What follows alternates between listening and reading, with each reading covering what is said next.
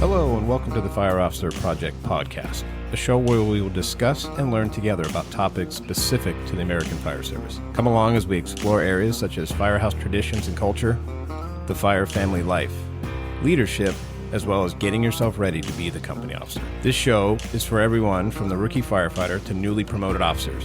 I'm your host, Mark McCurdy. Now let's get on with the show.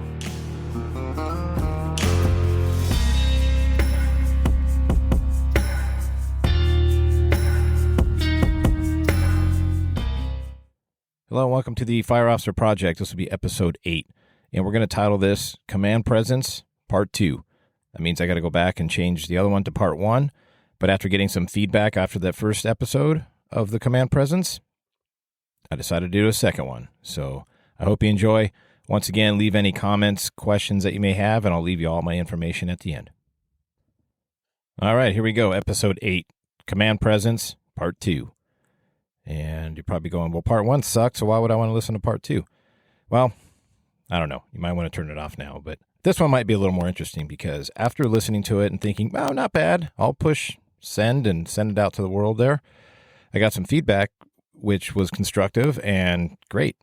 And it was more of a constructive feedback of that when I talked about command presence, you thought maybe I was going to go a little bit deeper onto the ops side and actual incidents and things. And then when I kind of looked at it myself and went, oh, yeah, they're right.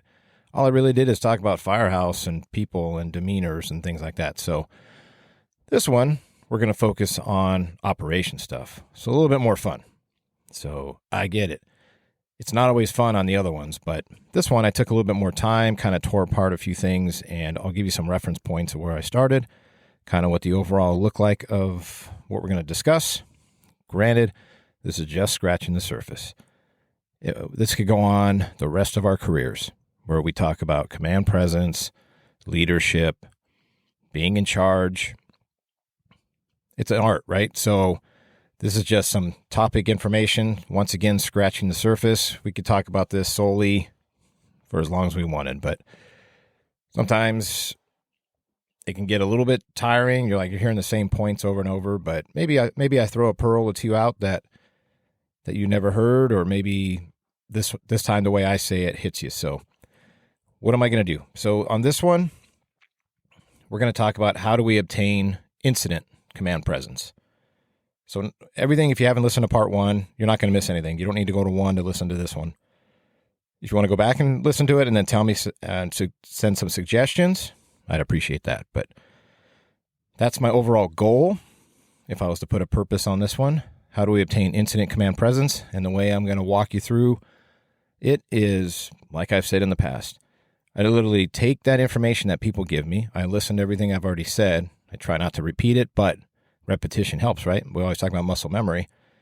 So I shouldn't bleed too much into stuff you've already heard in one, but I'm going to hone in more on actual incidents. So we'll get to that. Overall view of what I'm talking about is we'll talk about your action and roles in structure fires, wildland incidents, MCIs, just your everyday EMS calls. And how we're going to do that is I used a framework from the book when do you call it a book? It's information leading in the wildland fire service that is, you can print it off of the internet. It's the NWCG, like I talked about last time. It's just leading in the wildland fire service. I'm literally started at page 4 where it starts, and I'm going to frame this whole thing, not just about wildland, because the concepts kind of bleed over, but we're going to break it apart under 3 values: duty, respect, and integrity. And I'll set it all up, and you're trying to figure out right now, what the hell is he talking about? How's he going to meld that all together? But I think I figured it out. And as I said in the past, I'm aware of the fact that this thing isn't clean, and you can hear me breathe sometime into the microphone. I know that. I'm trying to do my best to avoid that.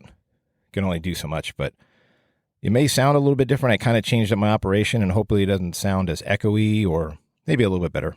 So I did a few things different, and it's learning every time I do a show. So anyways, so that's what we're going to talk about. This should give us plenty of topics. And once again, like I've said in the past, I literally pen this stuff out, and it's amazing when I'm like a morning person. So I'll get up first thing in the morning early, even when I'm at home and not having to go to work that day. Even when I have to go to work that day, I get up early. And that's just my time, my brainstorming time. I pen everything out. It looks like crap on a piece of paper, and then I come back and I number it the way I want it, and I literally write it out by hand, and that's the notes I'm referencing. I tried doing the typing thing, but it took me longer to type it and try to make it look good versus just writing it out. So every once in a while, if you hear paper shuffle, that's what I'm trying to do. I'm trying to keep it flowing without sounding like a knucklehead. So let me move this for a second. Okay, so naturally, in this command presence, you're going to expect to hear about leadership. And I'm going to set it up a little bit, slightly repeat myself on the first episode about leadership. And I'm reading from this packet. It's 70, I don't know, doesn't matter. It's a pretty easy read. It's like 70 pages long on leadership and being a leader on these wildland incidents. But really, you can take it to any incident. So in their preface or preface or whatever you want to call it, I'll start reading there. I'll break it up how we're going to talk about it, and then I'll just start giving you everything that I've experienced. I got a feeling I'm going to bleed into some stuff that's going to expose me, so whatever. I don't care. If I was afraid of that, I wouldn't do this, because it's all sunshine and rainbows on Instagram and everything looks good, but I'm not going to give you all that on this. It looks cool when I send out pictures and we chub up over pictures of fires and whatever, but I'm going to give you the straight skinny on how I felt under certain things I'm still dealing with, and how I got to where I'm at. So, and I say this I hate saying I, but I can only give you my opinion, obviously. So, once again, I got to give you the warning. I may say a warning on language or a term or something that's maybe off color, but not some racist thing. I'm just saying like something you're like, what the hell? So when I say that, if you have sensitive ears that are listening, or you think, well, that's what LA County is. No. Disclaimer, once again, as usual, my opinion only. This is for informational purposes. Sometimes when I get going, or depending on where I put myself in a corner with exposing myself, it may come out a certain way. I think we can handle it. We deal with life and death. I don't think a few words are going to bother you, but I like to at least put that out. This is not the opinion of my department. It is just solely myself, representing myself only for educational purposes. So, enough about that. So, let's see here. Okay, so back to the preface of what we're setting up. And this isn't my words. This is from this book or packet. I keep saying book, but it's not. I literally have it printed out in 8.5 by 11 paper. But here's this concept. Leadership is the art of influencing people in order to achieve a result. So just think about that for a second. It's the art of influencing people. It doesn't say the art of telling people what to do, influencing. I bet you they sat there and thought about that, so it didn't come off like they're dicks, but okay, cool. Leadership is the art of influencing people in order to achieve a result. The most essential element for success in the Wildland Fire Service is good leadership. Now, granted, they're talking about wildland. We could take that word out. Just read it as the most essential element for success in the fire service is good leadership. Perfect. The concepts in this book are universal to every person in the fire service, from first-year employee to a senior or a company officer. And that's part of what this episodes are too. Even though I hone it towards company officers or soon to be, I think if you took this information now, even if you're still on probation, tuck it away somewhere and realize you have a long career, but you're already setting up yourself on what kind of person you're and how far you're going to go in this career, and your reputation and demeanor and all that stuff is already building. So don't take it as this is only for people that want to promote or have promoted or that far down the road. I think it should come across for even the boot firefighter. So in the first previous episode 7, when I talked about command presence, I read this section, but in case you haven't listened to that one, I'm going to just belt it out here again. Leaders often face difficult problems to which there are no simple, clear-cut, by-the-book solutions. In these situations, leaders must use their knowledge, skill, experience, education, values, and judgment to make decisions and to take or direct action, in short, to provide leadership. Basically, your whole being. And they covered everything there. You have to use knowledge, skill, experience, education, values, and judgment to make a decision. I'm not sure what else is left. That's pretty much your whole being. So it takes all of you, your whole body, to make a decision, right? So, as we continue, this book does not state policy. It cannot provide black and white answers to the unlimited volume and variety of situations a leader will face. Instead, this book simply outlines the broad concepts of leadership in the fire service, fundamental concepts by which expectations of leaders may be established and performance of leaders may be judged. It is intended to make better leaders of us all. And then they continue on here. For these reasons, this book is structured around our leadership values and principles as a means of communicating what right looks like and illustrating effective leadership in action. Okay, I read that, and then you look at it and go, how many times was that reviewed? They hit all these buzzwords. Halfway through it, you're probably checked out because some jackass just cut you off or whatever it may be, and all you're hearing is buzzwords. Doesn't necessarily line up to anything other than, yeah, I've heard all those things, and that sounds cool, but that's a polished introduction. And yeah, it hits some of the things, which is great. The biggest part I got out of it was all those things that come into a factor of making decisions, all those parts that make up your being. So, how do we obtain that? And I mentioned it earlier in the beginning, under these titles of duty, respect, and integrity. And then in this booklet, they even break it down a little bit further, what the principles are under those values. And that's kind of how I structured this. So I'm going to reference my notes. I'm going to break it down in that order: duty, respect, integrity, while melding it in with operation stuff. So let me grab my stuff, get my head ready to go here, and I'll start getting it out for you. All right, here we go. Got my notes, got my stuff together. So, all right. Reiterating everything I've already kind of said in one sentence. How do we obtain incident command presence? Here's how we're going to do it. Think about every incident potential you could be in. It's unlimited, right? We get calls for everything. Doesn't matter the size of your department. It just depends on the frequency, the potential for experience that you have, how things, right? That's so big and variable depending on size departments or type of department. I'm just going to give you broad examples of calls we could probably all go on, and they're the big ones. I don't like working infrequent style incident types. It doesn't matter. I shouldn't say it doesn't matter. Those are just specific to your area. It's too hard to try to what if all those. But pretty much everybody has structure fires they go on, have potential for MCIs of varying degrees. They probably go on medical aids. And you may or may not have wildland. A lot of areas do. Some areas don't. We have a huge part of our department is that. But you can also work in our department and never even be in an area that has brush. But you can't hide from it in our department because if you put yourself out there to want to promote, you may lose control of where you go for a while. So to try to duck and weave, I would say, because I only know a little bit what Southern California departments, Northern California, we always have fires in California. They try to say it's fire season all year long, pretty much. So that'll be a point that I hit, but I'm not going to go into like an operations tactics thing.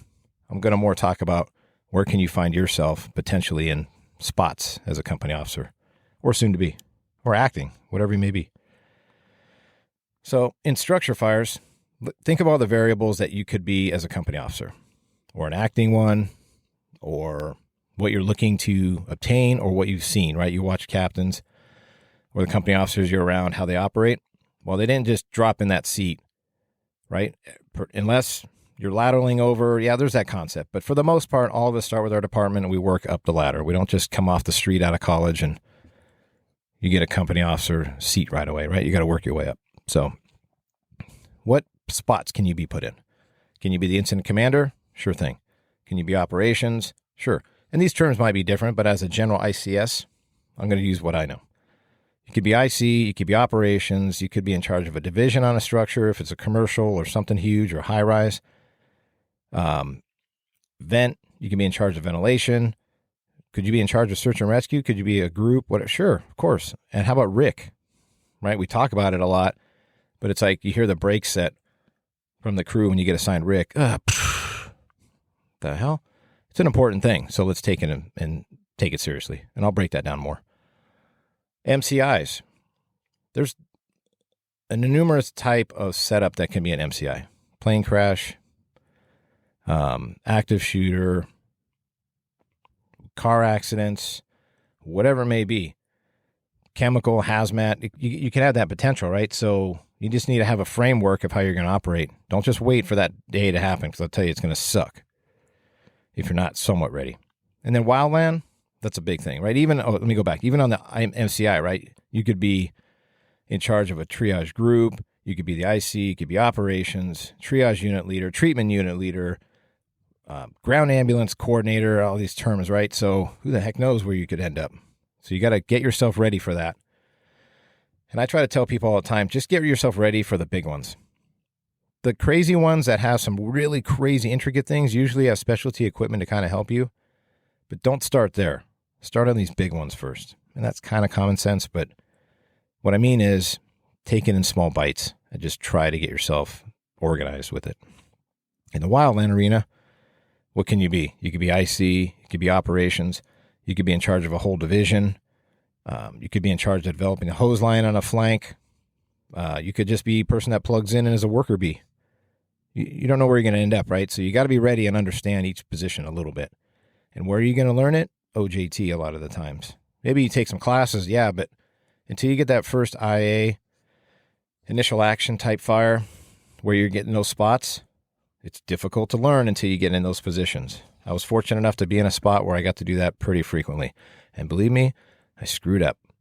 And I'll most likely expand on that as I go, where those things were. And then realizing it just takes time and experience. So I'm going down my notes here, so I got to make sure I capture everything. So as I said, now prep yourself now for these big incidents. Granted, you may not have control of it as far as you can't get to a certain station in your department or wherever it may be, or how it works, or moving around, or maybe you don't have those options, or maybe they don't happen that frequently. So your experience level is going to take a bit to be exposed to it enough times to start building in that experience. Well, maybe sometimes you have the potential, but you don't have the frequency. Can you find somebody at another department, or if you have friends at another department, go pick their brain or go sit with them for a day? Depends how far you want to go into getting yourself ready. You could go to another department or another part of your department, even if you're not assigned there, and just be, hey, can I come over for a little while and either ride along. You're working in your own department, but you know what I mean? Observe, get experience from them. Talk to them. Does it have to be at work? Hell no. It could be off duty having a beer. Just make sure you put yourself out there and try to understand. If you wait for every time that you're just going to wait for an incident to happen, the frequency of it or the potential of it, it's not the time to start learning like for the first time OJT in it. You need to at least have some of it checked off in your head. All right.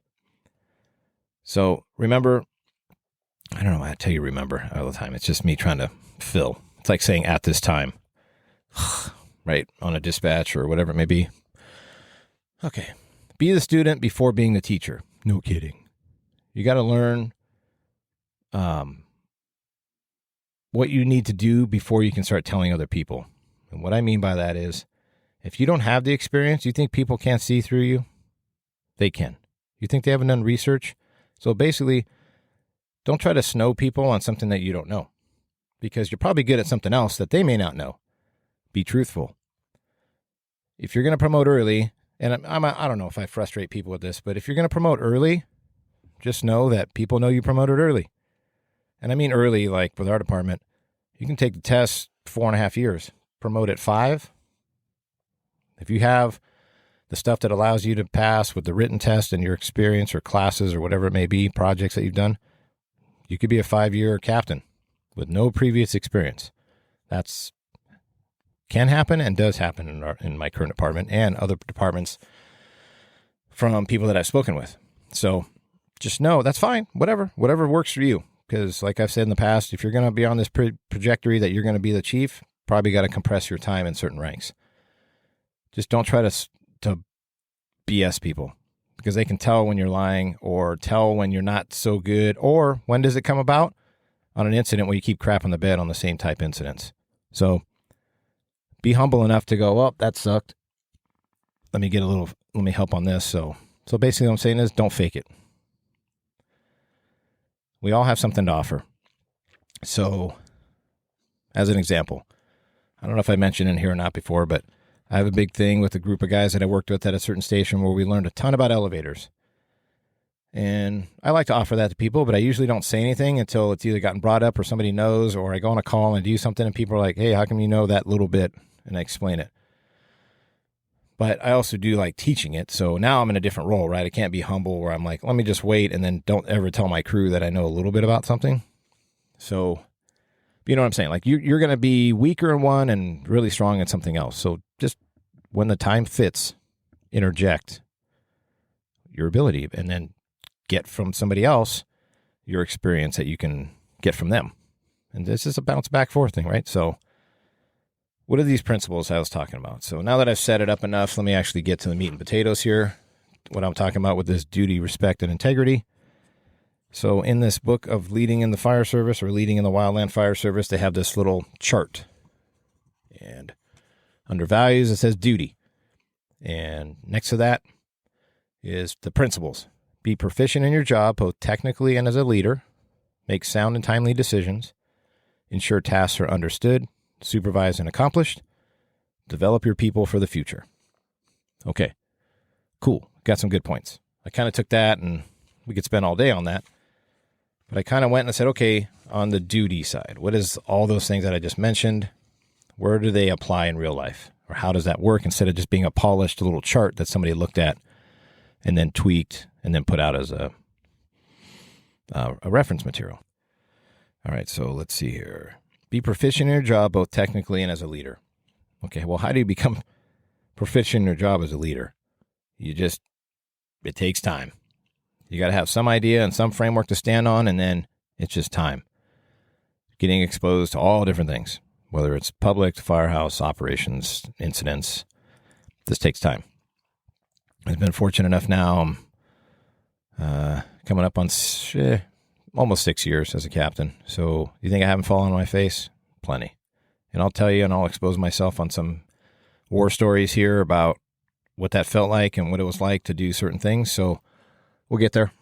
Let me just keep this.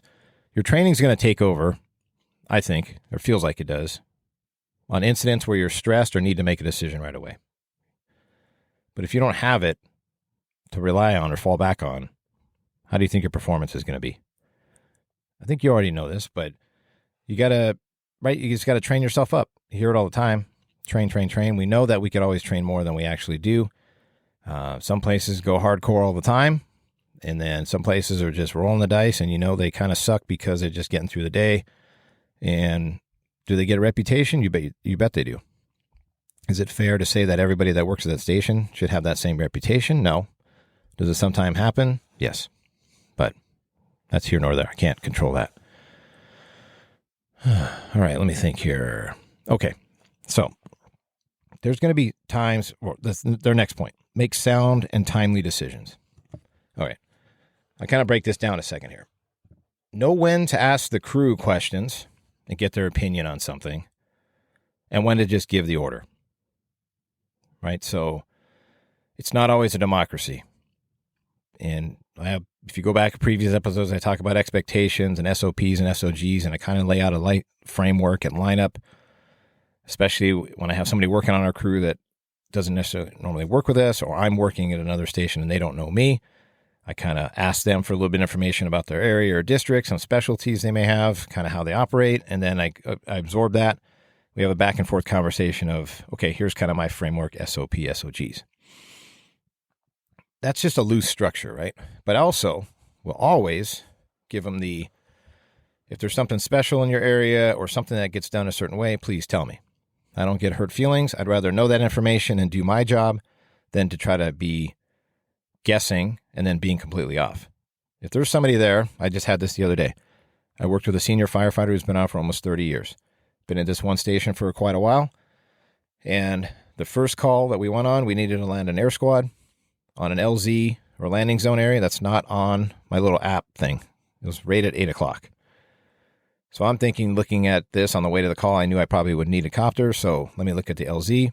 I live in the area, so I kind of know where they are anyway. But he goes, oh no, for this, we use this. Awesome. Thank you. You want that information, obviously. Sometimes guys are dicks and they're like, nope, I'm in charge. I will make all decisions, whether I'm right or wrong. But where you can get yourself in trouble is when you constantly ask the crew for their opinion. What do you think that does to your credibility? You can't, it's okay to ask those type things. But in an incident-driven thing where you need to make a decision, that's what you're getting paid for. You don't think they're saying, hey, that's why you're wearing the orange helmet or the red helmet or whatever it says captain or whatever it says on your shield. That's what you need to do. We are following you as the leader. There's times where I will explain it to the crew too, especially in a dynamic situation. So say as a structure fire, for instance, I'll let them know, hey, on an incident, I want to do this. I'll give you a little bit of direction. Not that I don't think you know what you're doing, but I want to make sure we're on the same page. If you see something hazardous and dangerous, please tell me. I don't care if you tell me 5 times. But I'm not going to ask your opinion on what hose line do you think or where should we go unless I'm way off base, like completely off base. I don't expect them to have a democracy and be like, well, I think this, and we're standing there with our thumb up our ass and having a discussion. There's times where it's like, that's the order. I want it done as long as it's safe. If you see something that's unsafe, please tell me. Otherwise, I'll see you at the front door. Get your stuff. So you have to balance that out. It's not being a dick. It's being in charge and making a decision. That's what you're there for. You have the experience, the time. You're in that position for a reason. You didn't just get handed to it, whether you snowed people or whatever to get in that position, but it's going to come to the surface. So do a self-reality check and realize where you're weak and where you're not. And like I said, sometimes it's not always a democracy. And it's funny because I've heard a couple recent stories in my own firehouse where said individual is stating how they went on a patrol strike team. So it's just him and a captain in a vehicle, and usually on a wildland incident. It's kind of like a utility pickup truck with a pump and all this stuff. It's nothing. It's not a fire engine. It's a Type 6 if you're into that. It's a patrol. And there's 5 of them with a captain and a firefighter. And they go as a strike team. Well, this firefighter was telling me about how everything that was happening, the captain was asking him his opinion. And then finally he said, you know what? You're the captain. Tell me what you want me to do. When you get to that point, you failed. Okay? So try not to get there. Like I said, there's going to be times to ask your crew, get opinions, check in with them. And there's times where you need to take your position seriously and make the damn decision. I don't think I need to beat it up anymore, but good enough, right? So if I'm way off base, please, at the end, I'm going to give you all my information. You can tell me you're an idiot, and maybe that's why you don't have many friends, because you think that, or whatever it may be. I'm open. I don't care. You tell me what, maybe I'm off base. But if I'm on base, I don't mind you telling me that too, so I can make sure I'm not a complete mess. All right, so ensure tasks are understood, supervised, and accomplished. All right, well, that's pretty straightforward, but what I mean by that is gather the information that you need. So you're on a big dynamic incident, or a wildland fire, or a big commercial fire. Something that's not as quick as a room and contents, one-line stretch, search, ventilation, cut one hole, punch through on a 1,500 square foot house or maybe bigger, set up RIC, figure out overhaul, and you're out of there. I'm talking something a little more complex. You need to gather all that information and disseminate it clearly to your crew with clear directions and complete instructions that they received it and you got it. Because that's going to minimize risk. That's going to minimize the usual problem where comms get screwed up, right? Not necessarily talking on the radio, just the intention of what needs to be done. That builds confidence from your crew into you. That they kind of know, like, all right, he's gathered the information, processed it, he's given me the directions clearly as what I need. That builds confidence in your team.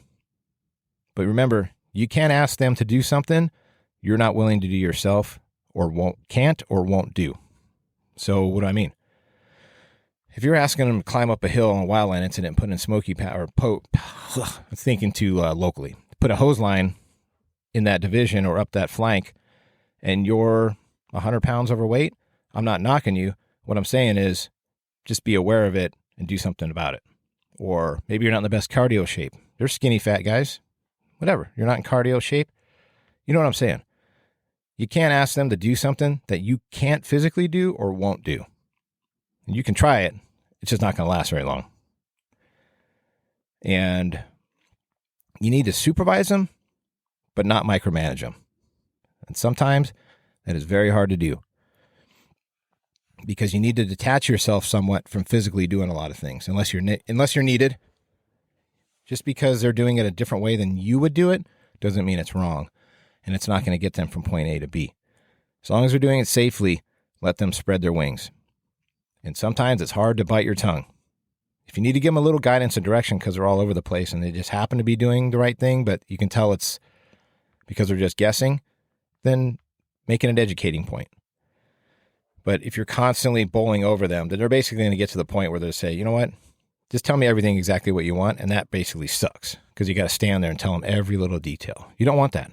You want it to be where you're teaching them and mentoring them to spread their own wings and handle something. You should be able to give them direction, go do something, come back and make sure they're good and check in on them. That's the goal you're trying to somewhat get to. Unless it's something really high hazard where you need to be close to them at all times to make sure that nothing happens, you should get to that point. All right, well, let me see here. All right, so let's see. Another phrase I have in here. You got to give it to the crew straight. And what I mean is no fluff or BS. If you need to do a task that basically sucks ass because it's 100 degrees and you need to put in a pack, or we need to deploy 1,000 feet of hose down here, or we're going to sit on this side of the structure because of this commercial fire and we're going to do whatever, just give it to them straight. And I'll tell them, hey, this is going to suck, but I'm going to be there with you, and here's what we need to do.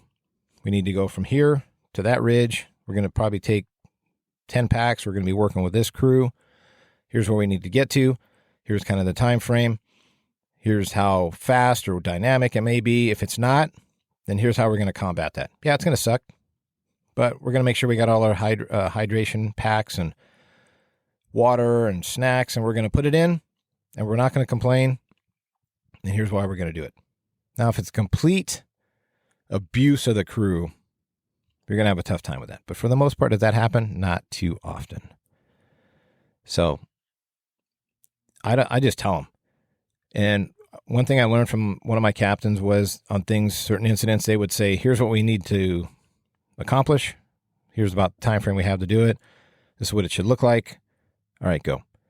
And that has stuck with me as I was being mentored by other captains as a young firefighter engineer, and now as a captain myself, on just explaining that is huge. Because when you have times where you're just working, you don't know how long you're going to work for, what it needs, where we're going to, whatever, it's difficult to keep your mind in check and not start wandering or start getting pissed. So when I can, and I'm not talking about some dynamic incident that everybody knows, like, okay, we need to put water on the fire. No kidding. I'm talking about these bigger things, and you've all seen it or been there. So I always try to explain as much as I can, checking in with them, explaining. You copy? Good. All right. But then I'm also right there with them. I'm not going to say, hey, we need to go up here and do this, and I'll be over here talking to the other captains and pretending like I'm doing something or leaning on a tool. That's not going to be me. Maybe one day it will be. Maybe if I physically am having a tough time or getting close to the end of that career, but I'm trying to avoid that as much as I can. My goal is to work as hard as I do now until I retire. Hopefully that pans out. So maybe not as fast, but to have that mindset. Under this whole duty, let's see, what is it? Develop your people for the future. Okay, so everything that you do, they're learning from you. And on those times where we're just talking about and we're doing some hard labor or some work and it's not immediate, then I find avenues to mentor or explain or when I can. I don't do it all the time. So if you think that I'm like constantly feeling like I need to mentor people or I need to tell them how cool I am, I don't do that. Small little blips here and there of something that will help them, with also telling myself like, hey, I didn't know this, but this is what was shown to me. Oh, okay, cool. So, and that's all positive, right? And I want to just remind everybody, so beware that you don't pass on negativity. If it's a crappy assignment, it's a crappy assignment. You tell them like, this sucks. I would have much rather been over here doing this, but we got the short end of the stick. But if it's complete obvious abuse of the crew or something that is total bullcrap, you're probably going to have to say something to your next in line supervisor. But obviously not in front of the troops. Not in front of your subordinates. You might have to, and let me give you an example. We were on a wildland fire, pretty big incident. We had been on shift we were an hour from getting released off the line. We had been on the line for 24 hours, almost. And they gave us an assignment, 6 o'clock in the morning, to go on this green belt behind some houses and cut a line around it. Well, I think the trainee for that division looked at it but didn't get the whole picture and thought, oh, this will only take an hour. Well, they were way off base. It was about 4 times as big as they thought it was, the piece. And we started doing it. It was complete bullcrap. I feel like we were getting abused. And I say that because I had been the captain for a couple years. And when the term was because I said so was used from this division trainee, that's where you better put your antenna up and be like, hold on a second. You can flex all you want because you have those qualifications and I'm working for you and cool. But if you're just straight being an asshole, okay. Some people will take it and then just pass it on to the crew and just not say anything. Sometimes you need to get with your supervisor and be like, chief, or whatever it may be. This is my opinion. Get with the other captains, talk with the chief. In reality, you don't do it in a group setting. It's not a group decision. If your supervisor tells you this is what we're going to do, okay, no problem.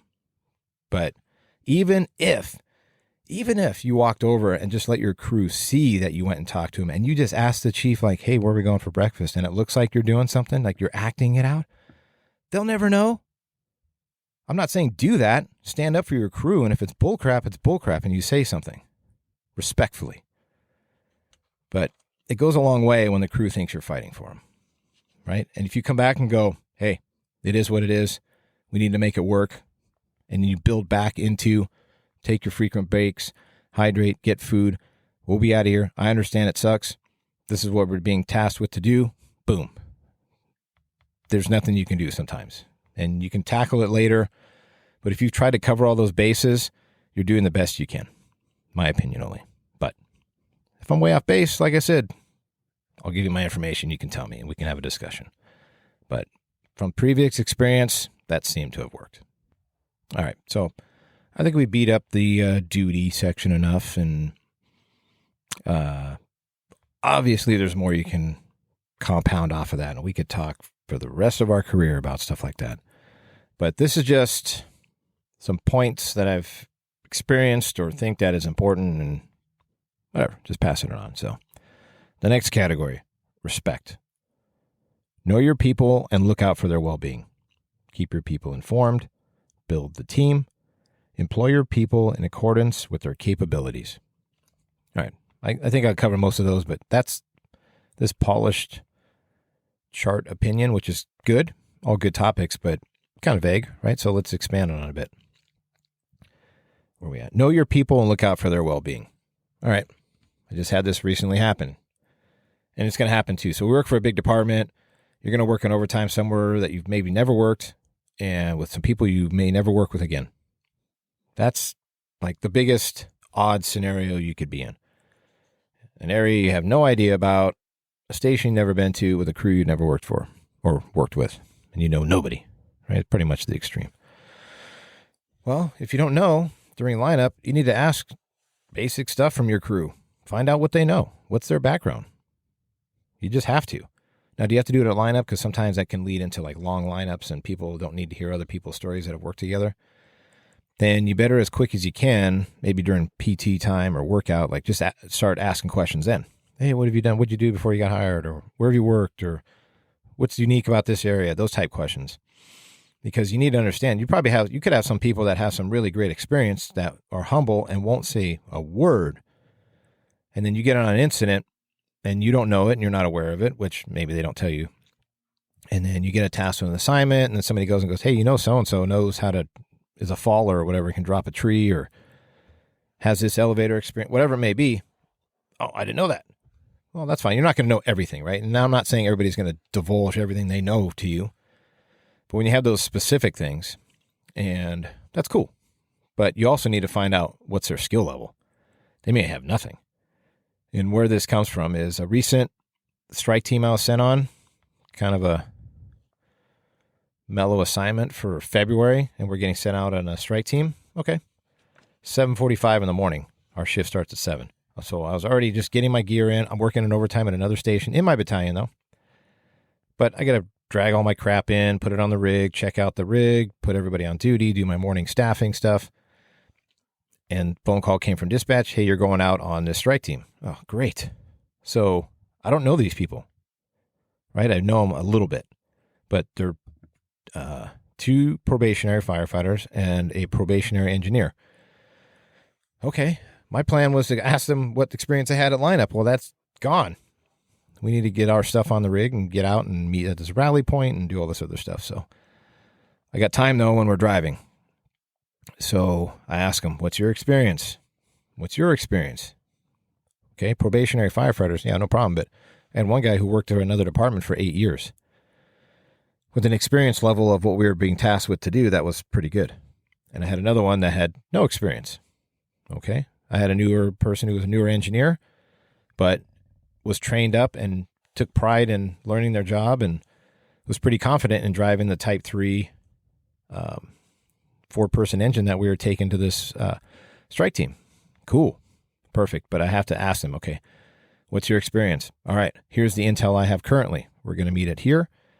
We're going to be, so far, this is the intel I have. When we get there, I'll get all the information and I'll disseminate it to you as well. Prior to all that, you have to have their best interest in mind. You come to work that day. I wasn't expecting to be gone on a strike team. It's February in Southern California. Can we have fires at any time? Sure. Brush fires usually, right? That we're going to get sent out on a strike team? Sure. Wasn't 100% on my radar that it could happen, but I always think it's going to happen, so I always bring all my stuff, strike team bags and all my stuff, so I have it with me. That part was good. But already I'm thrown off guard by I was planning on going home tomorrow because I needed to go. Didn't need to, but I wanted to go to my daughter's softball game and this and that. And right, it throws in a wrench damn, we could be gone for, technically on that type of apparatus, you'd be gone for 3 weeks, up to. So I didn't think that was going to happen, but you're like, oh, probably won't be home tomorrow. Okay. Well, before you take off, you need to talk to your crew really quick and make sure they're good. They don't have something going on at home. What if a guy's wife or significant other, whatever it may be, is going to have a baby in 2 days, and now you're going to drag them out on this, and they're already in panic mode? Well, you need to know that. So you got to do a check with them really quick. It's like, everything good to go? Are you good to go for this extended time? Do you have everything you need? Yep, I'm good. Or they tell you some dire thing they got going on. Well, you better work quick to get that problem fixed.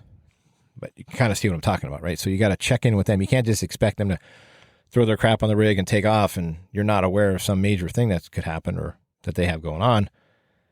So try to do a quick check on your crew, make sure they're where they need to be. Give them as much information as you have currently, and then prep them on the way to the incident, kind of just divulging what you have, what their experience level is. You got it. I'm just starting to repeat myself. So, what else do I have here? All right. If they tell you something that, yes, they can do it, but this is going on or whatever, keep that in the back of your mind. Remind them that you haven't forgotten. Make them aware of you need to help fix whatever problem they have. What if a guy says, oh, I forgot all my socks? Well, okay. At some point, you're going to have to find a way to get that person's socks. You can't let that go over your head. All right, so it's an example, but it may not be the best, but whatever. What if the person forgot to put them in their bag and they took off? Okay, at some point, you're going to have to make something work to get them that. But you got to remind them, like, hey, I haven't forgotten. I'm going to make it work. We don't have time right yet, but I haven't forgotten about you. You're constantly, not only do you got to take care of yourself and the incident and everything, you got 3 or 4 other people you're responsible for that you're trying to keep going. Because to me, if they don't have what they need to function properly and be in the right mindset, it's going to be difficult for them to produce and perform for you at their 100% level. All right. So you give them that ability to, or you're taking care of them, and you give them the ability to perform, right? So they're going to do their job. You handle what you need to handle. You've given them all the information. You've set them up for success. You've given them the orders. They've understood them and given them back to you. Okay, we know what we do. Well, give them the ability to perform. Like I said earlier, it may not be the way you want to do it or the way you think it should be done or in the time frame, but they got to learn too. So obviously, if it's something new, it's going to take them a little bit longer to make that happen. So let them perform for you. Let them do their job. Basically, shut the F up. Let them do their job. If it's a disaster and they're all over the place, then reset them, straighten them out, maybe explain what you need, show them, whatever it may be, and then let them do it. The biggest thing I've learned, especially on wildland fires, is they take forever. It's not as quick as single-family dwelling house fire that we knock down, we do overhaul, we have a plan and everything, and we're done in a couple hours or whatever it may be. Bigger incidents take a lot longer, a lot slower to turn the ship, but you keep chunking away and handling your tasks, it's going to get accomplished. So let me go back for a second and give you a personal example of being in the right mindset, trying to stay focused.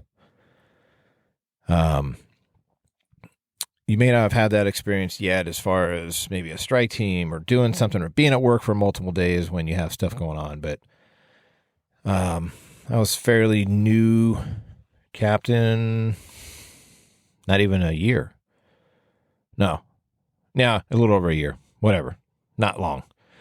And we had an incident out here, the Thomas Fire. It was out in Ventura County, city of Ventura area.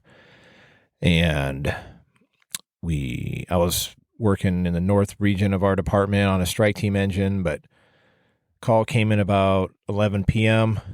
and it was for the truck company that's at our station. And we're in quarters, and normally we get all the primary calls if it's a medical. And I thought, oh, man, I forgot to put myself in quarters or wasn't answering the radio or something, and they gave it to the next available resource. Well, get up out of bed, and they say, I tell our dispatch, like, oh, sorry, we're available. Can you give us that run? And they said, negative, you're going on a strike team. And so that was like, uh-oh. And we had known that this fire had started in Ventura, but I didn't think it was going to get to us. We're a third priority strike team. Has to be pretty big if we're getting hit on this. So, long and short, I had a crew of a brand new boot. It was day one. Been on the floor just over 12 hours. And one that had been on for 4 months. So I got 2 probationary firefighters. I was slated to go, this is early December 2017. I was slated to go home the next morning or so, somewhere around there, and head off to Vegas to go with the wife and some friends to go see a couple concerts. And that appeared that it wasn't going to be happening. So we were immediate needed to go right to the incident. And there was a lot going on. That was my first big challenging incident as a company officer. Such a dynamic incident. We were told to meet, just get on the road and get out there, assemble up with our rest of our strike team and a chief, and then we'd be put to work. And that's exactly what happened.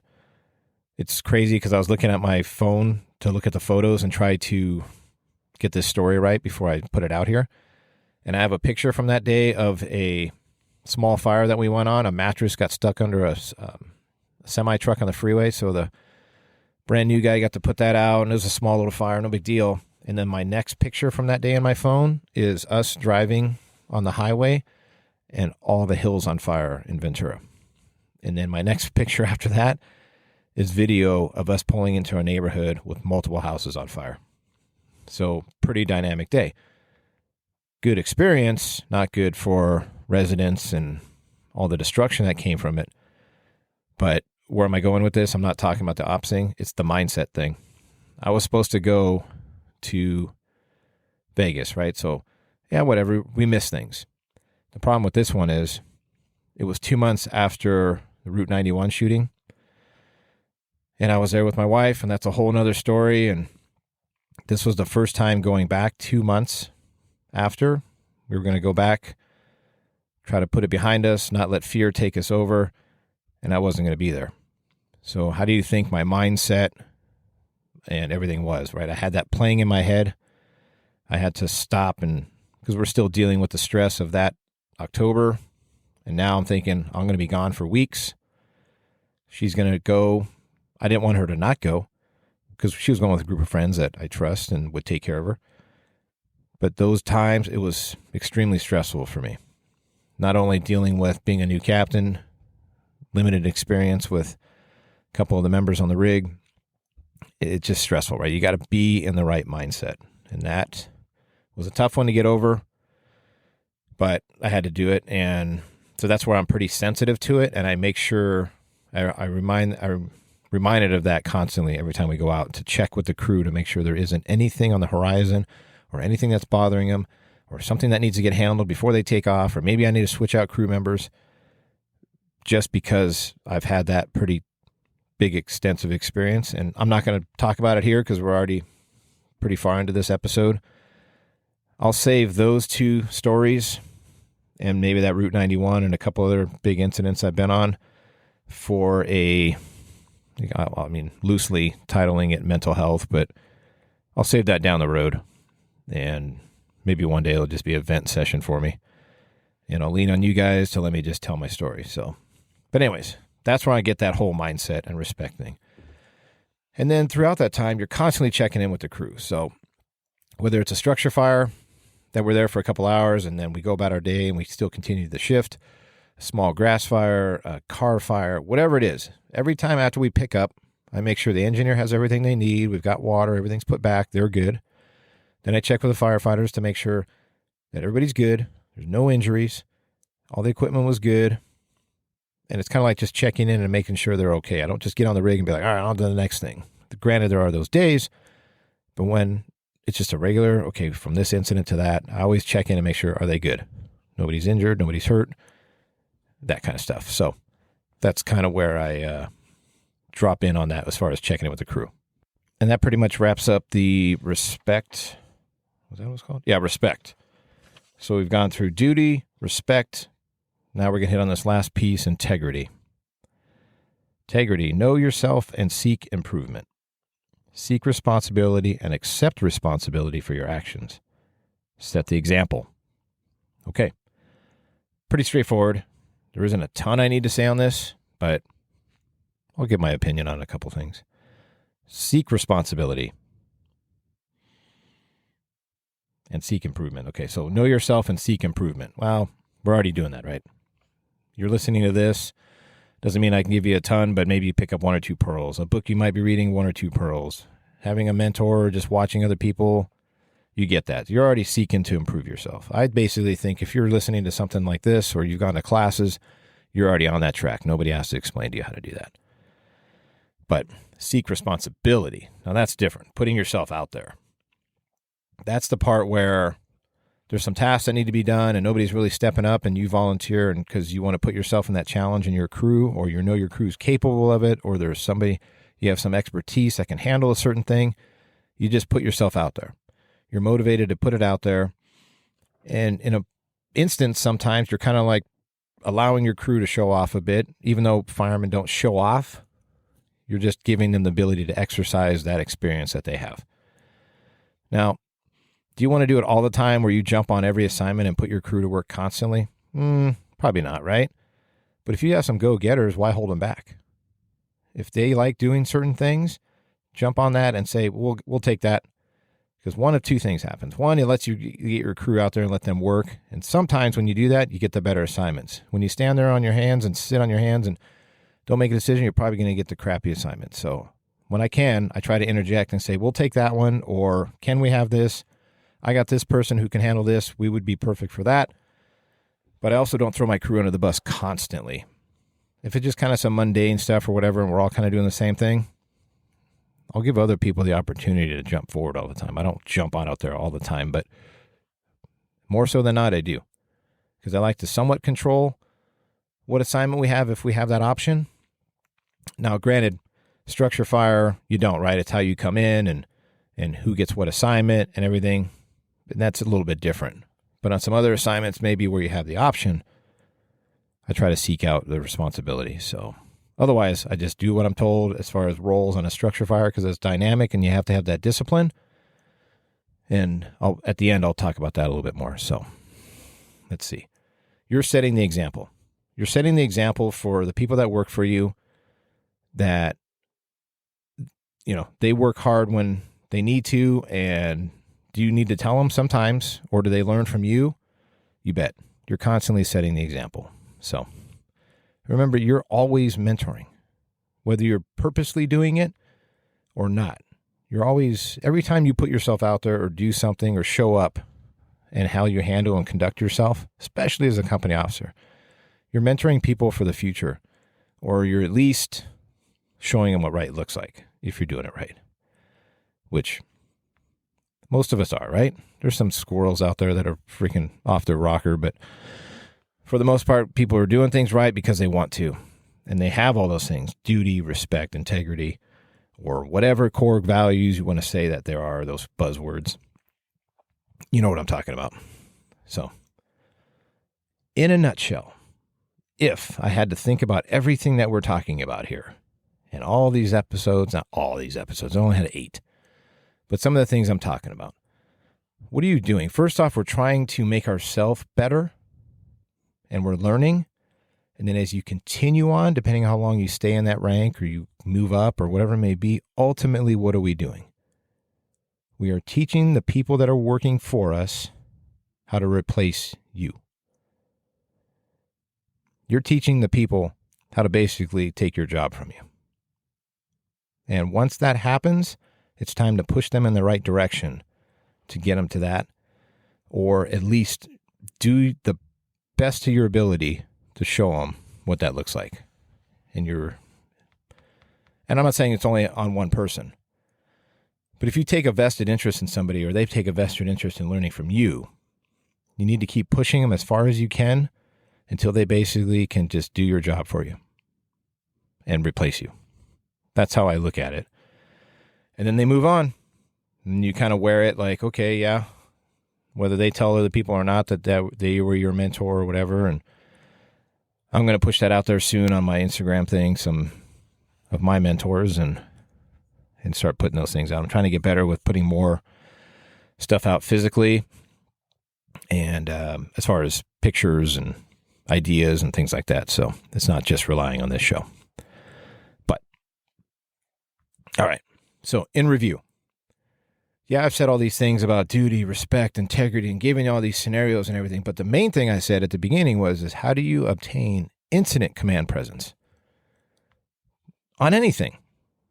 Brush fire, structure fire, MCI. Well, we talked about it briefly as far as how to make yourself get there, and experience, and educating yourself, and being mentored, and being the mentor, and all that. But how does that person know, or how do you look like you know what you're doing? Or how do you speak on the radio and people are like, yep, that person's in charge? Or how do you come up with the plan to overhaul, do the investigation of the structure fire, put everything the way it needs to be, exactly how it should be done, and what right looks like? Well, it's experience. But if you listen to Command Presence Part 1, I put out these 3 topics in that setting: look sharp, act sharp, and be sharp. So let's tie that into this. Even on an incident, on a command, on operations, you got to look sharp. Therefore, you're in the appropriate attire that you need to be in for that incident. You're not just half-assing it and just doing whatever, and you're ready to go, meaning you look sharp. Meaning not that you look decked out and awesome and you have all these gadgets and bullcrap hanging off you that you don't need, whatever. I'm not talking about that. I'm talking about you look like you're ready to go to work, as soon as you step off the rig. It isn't get an assignment and then, oh, hold on, let me get dressed and let me do this, and I'm not on the right channel for the comm plan, or I'm not on this channel, or I'm not answering the radio, or you're not paying attention. You got to look sharp too. You got to act sharp. I'm kind of bleeding over into act sharp, but acting sharp, knowing how to operate your radio, getting yourself all dialed in and ready to go.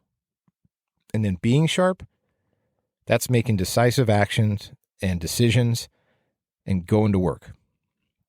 How do you get there? Experience. How do you get the experience? Do the best you can as far as putting yourself out there. I'm telling you, as many times as I've said this on the other shows, be prepared to feel uncomfortable. The only way you're feeling comfortable is putting yourself out there. And you're going to fall on your face, and you're going to say dumb crap on the radio, and whatever it may be. I've got stories up the ass about that, about me saying the wrong thing, or what did I just say? And as you're saying it, you can feel like you're going off the rails. It's like practice and practice and practice, and staying at busy places as best you can, and trying to put yourself in that scenario, and just getting put in those situations is going to do so much for you, more so than any knucklehead like myself or anybody standing in front of a classroom is going to make you feel like you know what you're doing. That's nonsense. I can make you feel like empowered. Maybe I don't, but you get it. You've been to those classes, right, where those people make you feel empowered and you're like, I can do that. And then you go to do it and you crap the bed. Well, you got to be sharp by going and doing it. That's just all there is. So you may have held on this long and you're like, that's it. That's all you got for me. But I think you understand. Look sharp, act sharp, be sharp. All the things that we talked about earlier today. And you just have that aura about you, that awe, whatever it may be, the way you handle incidents. And ultimately what I'm constantly trying to shoot for is whatever piece of apparatus I'm on, or you look at the PAR sheet that the chiefs have, that they look at who's on what company that day and who's working where. I constantly want them to look and see my name and my crews and know that whatever happens that day, they can give us and we will handle. Without question. Am I perfect at everything? Hell no. But they have the ability to know and have trust in you based on your constant and consistent correct decisions, asking questions, all the stuff that builds up every day to these incidents, that they know when they give you an an assignment, you're going to handle it. And if you don't know, you're going to make it figured out, and you're not going to come to them with 50,000 questions and no solutions and bitch and complain and don't have a plan. You better have a plan when you come back if you don't know what the hell you're doing, or ask and have somewhat of an idea, right? There's a thing. You can't just complain. You can't just throw it up in the air and complain. But I can keep going off sideways here, but I don't want to do that. All I'm saying is you can understand what I'm saying. I want to be the person, and my crew does, who, when they see us come around the corner, that's who they're waiting for, or that's who they can't wait to give you the damn assignment because they're waiting for you to get there to make this problem go to bed. That's the ultimate goal.